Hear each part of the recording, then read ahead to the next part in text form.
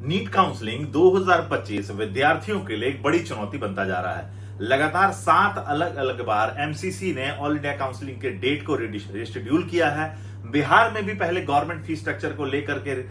आपकी counselling start होती है। 50% सीट जो है गवर्नमेंट फीस पे और 50% फीस सीट जो थी वो डबल फीस पे होने की बातचीत होती है। बहुत लंबे कसमकश के बाद कोर्ट का स्टे लगता है और उसके बाद से दोबारा से फीस जो होती है वापस पुरानी वाली हो जाती है और दोबारा से नया नोटिफिकेशन आ गया है। वेस्ट बंगाल भी लगातार ऑल इंडिया काउंसलिंग को फॉलो करता हुआ कंटिन्यू नए अपडेट्स जो है डेट्स के आ रहे हैं और लगातार नए डेट्स आ रहे हैं। तो बहुत सारा कंफ्यूजन स्टूडेंट्स के बीच में है और बिल्कुल क्लैरिटी नहीं है, जिसकी वजह से स्टूडेंट्स जो है अलग अलग राज्यों में बहुत सारे स्टेट्स में बार बार रजिस्ट्रेशन में पार्टिसिपेट कर रहे हैं। क्योंकि सीट मिलेगी या नहीं इसको लेकर के बहुत ज्यादा कंफ्यूजन स्टूडेंट्स के बीच में है। वेस्ट बंगाल की काउंसलिंग जो है फर्स्ट फेज की उसकी आखिरी डेट आज है और वेरिफिकेशन 13 अगस्त को जो होगी समाप्त हो जाएगी। इसके अलावा वेस्ट बंगाल के बहुत सारे शेड्यूल्स हैं जो कि फर्स्ट फेज, सेकंड फेज और थर्ड फेज को लेकर के रिवाइज शेड्यूल अपडेट किए गए हैं। ये शेड्यूल्स भी एज इट इज रहेंगे, ये प्रॉमिसिंग नहीं है, क्योंकि बहुत सारे बदलाव शायद आने वाले समय में और हमें काउंसलिंग में देखने को मिल सकते हैं, जिसकी वजह से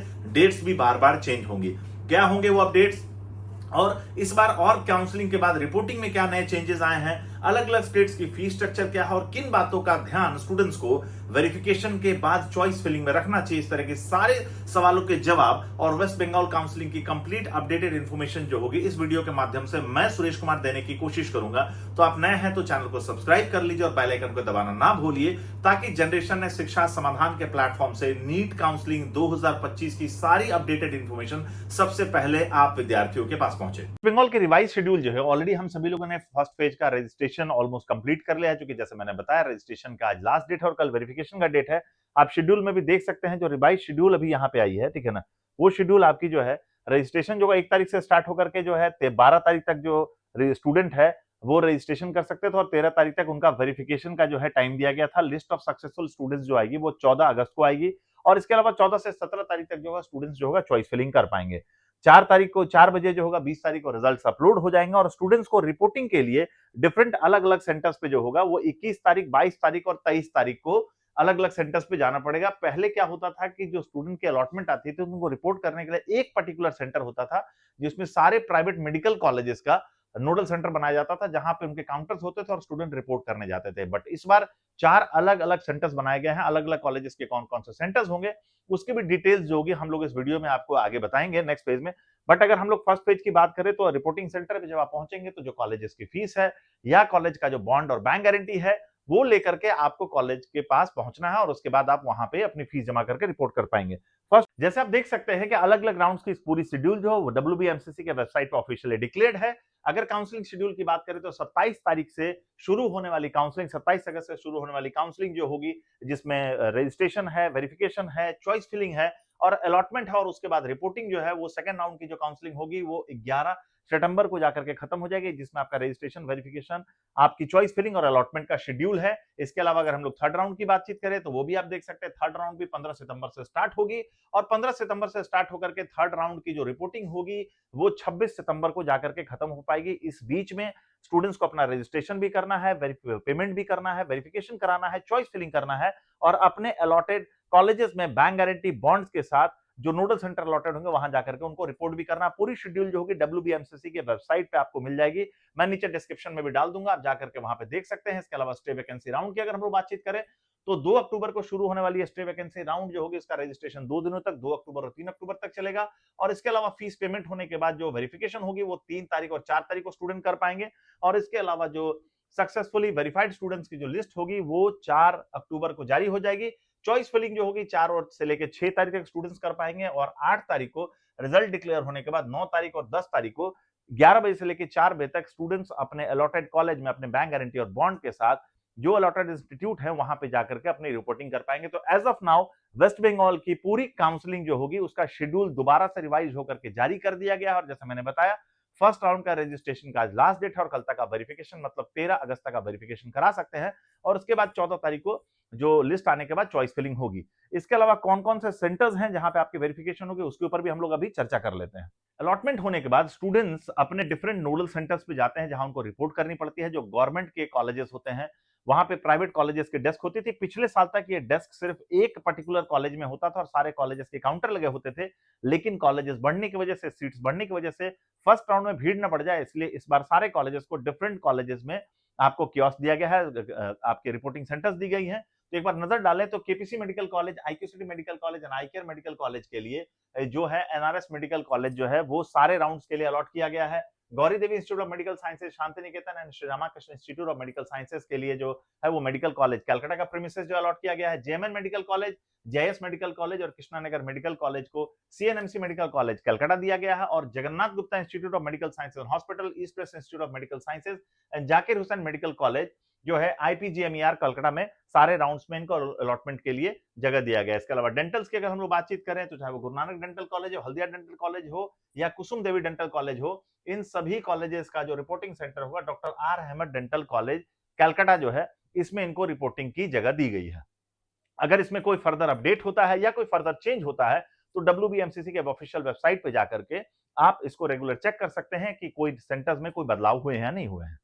गवर्नमेंट ऑफिशियल वेबसाइट पे फीस स्ट्रक्चर्स भी सारे कॉलेजेस के डिक्लेयर हो चुके हैं ताकि चॉइस फिलिंग से पहले स्टूडेंट्स को पता हो कि क्या किसी कॉलेज में फीस बढ़ी है या फिर पिछले साल की ही फीस एप्लीकेबल होगी। तो अगर हम लोग फीस स्ट्रक्चर पर थोड़ा सा नजर डालें तो देख सकते हैं कि यहाँ पे डेंटल कॉलेजेस में हल्दिया डेंटल कॉलेजेस की जो बीडीएस है टोटल नंबर ऑफ सीट्स 100 है और यहाँ पे स्टेट कोटा की फीस 2 लाख रुपए पर ईयर है और मैनेजमेंट कोटे की फीस 5.5 लाख रुपए पर ईयर है। गुरु नानक डेंटल कॉलेज में भी 100 सीट्स है जहां पे 2.25 लाख रुपए पर ईयर के स्टेट कोटे की फीस है और मैनेजमेंट कोटे की फीस 6 लाख रुपए है। कुसुम देवी सुंदरलाल दुर्गा जैन डेंटल कॉलेज की अगर हम लोग बातचीत करें तो यहाँ पे 100 सीट्स हैं, 2.25 लाख रुपए की स्टेट कोटे की फीस और 6 लाख रुपए एनुअल की फीस है। गौरी देवी मेडिकल कॉलेज दुर्गापुर में 200 सीट्स है जहां पे स्टेट कोटे की फीस 2,74,000 है और मैनेजमेंट कोटे की फीस जो है 10,94,000 है। अगर Shri Ramakrishna institute of medical sciences सनाका hospital Durgapur की बात करें तो एमबीबीएस की 200 सीट्स जो है वो इस साल इनके पास अलॉटेड है। 2,74,000 पर सेमेस्टर की स्टेट कोटे की फीस और 10,94,000 पर सेमेस्टर जो है मैनेजमेंट कोटे की फीस डिक्लेयर्ड है। जेएस मेडिकल कॉलेज की अगर हम लोग बातचीत करें तो यहाँ पे 150 सीट्स इनके पास है, 2,74,000 स्टेट कोटे की फीस और 10,85,000 पर सेमेस्टर की जो ट्यूशन फीस है वो यहाँ पे स्टूडेंट्स को देनी होती है। आईक्यूसीटी मेडिकल कॉलेज की बात करें तो 250 सीट, सबसे ज्यादा सीट्स इनके पास है, 250 सीट्स है इनके पास जिसमें 2,74,000 की पर सेमेस्टर स्टेट कोटे की फीस और 10,94,000 10,94,000 पर सेमेस्टर की जो फीस है मैनेजमेंट कोटे की फीस है। इसके अलावा जेएमएन मेडिकल कॉलेज की बात करें तो यहाँ पे 150 एमबीबीएस की सीट्स हैं जिसमें 2,50,000 रुपए पर सेमेस्टर की स्टेट कोटे की फीस और 9,50,000 पर सेमेस्टर की मैनेजमेंट कोटे की फीस है। केपीसी की अगर हम बातचीत करें तो 200 सीट्स के साथ केपीसी में स्टेट कोटे की फीस 2 लाख रुपए पर सेमेस्टर और 8 लाख रुपए पर सेमेस्टर मैनेजमेंट कोटे की फीस है। इसके अलावा अगर हम लोग आईकेयर की बातचीत करें तो जो आईकेयर ने प्रपोज किया था फीस को वो 10,94,000 की फीस उन्होंने प्रपोज किया था, बट एज ऑफ नाउ जो वेबसाइट पे चेंजेस आए हैं वो ये है कि कॉलेज की फीस जो है 150 सीट्स है कॉलेजेस में, स्टेट कोटे की फीस 2.5 लाख पिछले साल जैसी है और मैनेजमेंट कोटे की फीस में कोई बदलाव नहीं हुआ है, मतलब 9.5 लाख रुपए की पर सेमेस्टर की फीस स्टूडेंट्स को देनी पड़ेगी जो 99 लाख रुपीस हुई थी एट प्रेजेंट जो फीस है that will be 86 lakh rupees. इसके अलावा जगन्नाथ गुप्ता की बात करें तो 200 सीट्स के साथ जगन्नाथ गुप्ता की भी स्टेट कोटे की फीस 2,74,000 है और मैनेजमेंट कोटे की फीस 10,94,000 पर सेमेस्टर है। शांति निकेतन मेडिकल कॉलेज की अगर हम बातचीत करें तो 150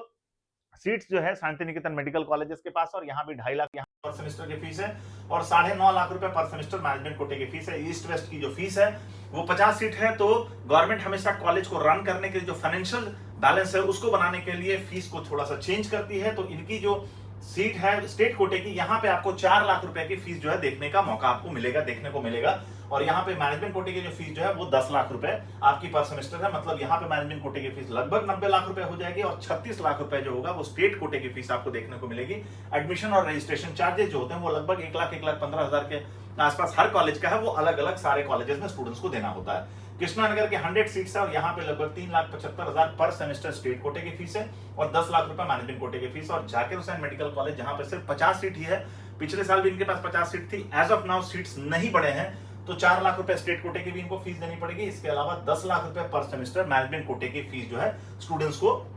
यहाँ पे देनी पड़ती है। नोटिस आप डब्ल्यूबीएमसीसी के वेबसाइट पर ऑफिशियली दिया हुआ, वहां पे भी जाकर के इस नोटिस को आप डाउनलोड करके रख सकते हैं ताकि चॉइस फिलिंग के समय आपको किन कॉलेजेस में क्या फीस स्ट्रक्चर लग रहा है इसके बारे में कंप्लीट अपडेटेड इंफॉर्मेशन आपको हो। सबसे पहले आपने जैसे देखा कि वेस्ट बंगाल के रजिस्ट्रेशन वेरिफिकेशन अलग अलग राउंड्स की आपको डिटेल्स मैंने बताई, अलग अलग कॉलेजेस का फीस स्ट्रक्चर आपने यहाँ पे देख लिया और इसके अलावा जो आपके रिपोर्टिंग सेंटर्स है इसके बारे में आपको अपडेटेड इंफॉर्मेशन मिल गई। लेकिन इन सारी चीजों से ज्यादा जरूरी है ये जानना कि एक्चुअल में कॉलेजेस का फीस स्ट्रक्चर क्या होगा। चूंकि वेस्ट बंगाल के ऑफिशियल वेबसाइट पे जब आएंगे और अलग अलग कॉलेजेस के वेबसाइट पे जाएंगे तो वेस्ट बंगाल में बैंक गारंटी एप्लीकेबल है। मतलब किसी भी स्टूडेंट्स का अलॉटमेंट अगर आता है, चाहे वो स्टेट कोटा हो या मैनेजमेंट कोटा हो या फिर एनआरआई कोटा हो, उस स्टूडेंट्स को बैंक गारंटी देनी पड़ती है या फिर उसका सॉल्यूशन यह है कि स्टूडेंट्स को वन टाइम फीस देना पड़ता है। बहुत सारे कॉलेजेस में बहुत सारे डिफरेंट प्लेटफॉर्म से स्टूडेंट्स को ऐसी इंफॉर्मेशन मिलती है जहां पे इस फीस में भी बहुत सारा डिस्काउंट देने की बातचीत की जाती है। क्या ये वाकई में डिस्काउंट मिलता है या एडमिशन होने के बाद स्टूडेंट्स को पूरी फीस भरनी पड़ती है?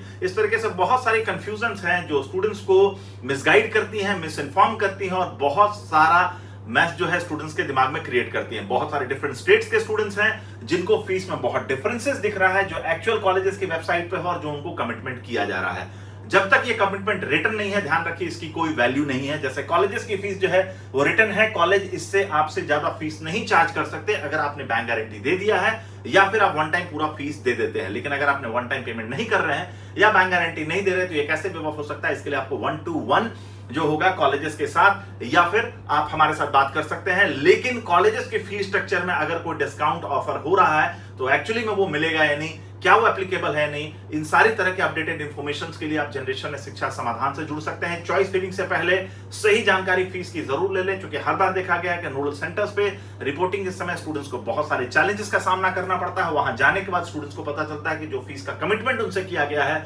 और जो फीस एक्चुअली में उनको देनी है उसमें बहुत बड़ा डिफरेंस है। बहुत सारे स्टूडेंट्स ऐसे हैं जिनको कॉलेजेस में 6 महीने पढ़ने के बाद ये पता चलता है और उसके बाद उनको भारी परेशानी का सामना करना पड़ता है। तो कैसे आपको सही अपडेटेड इंफॉर्मेशन मिले, सही कॉलेजेस के बारे में अपडेट मिले, एक्चुअल फीस स्ट्रक्चर क्या है और क्या वाकई में बैंक गारंटी वेव ऑफ हो सकती है, इस तरह के सारे अपडेटेड इंफॉर्मेशन और नीट काउंसलिंग 2025 में वेस्ट बंगाल में आपके रैंक पे कौन कौन से कॉलेजेस मिल सकते हैं, किन किन कॉलेजेस को आपको चॉइस लिस्ट में रखनी चाहिए, अलग अलग कॉलेजेस में किन का अपना हॉस्पिटल और किन किन कॉलेजेस का जो हॉस्पिटल है वो गवर्नमेंट टाई अप्स पे चल रहा है, इस तरह की सारी अपडेटेड इंफॉर्मेशन जो कि जनरेशन शिक्षा समाधान के प्लेटफॉर्म से आप ले सकते हैं। और ट्रांसपेरेंट और सटीक इंफॉर्मेशन के लिए आप नीचे दिए गए नंबर पे जुड़ करके चॉइस फिलिंग से पहले आप हमारे साथ कॉलेजेस के डिफरेंट कॉलेजेस के अपडेटेड इंफॉर्मेशन तो ले ही सकते हैं। साथ ही साथ अगर आपका अलॉटमेंट आ जाता है और उसके बाद भी आपको लगता है कि आपको एक जेन्युइन व्यक्ति चाहिए जो कि आपको सही और अपडेटेड इंफॉर्मेशन दे सके और प्रॉपर्ली आपका डिफरेंट कॉलेजेस में रिपोर्टिंग करा सके, तो भी आप नीचे दिए गए नंबर पर कम्युनिकेट कर सकते हैं।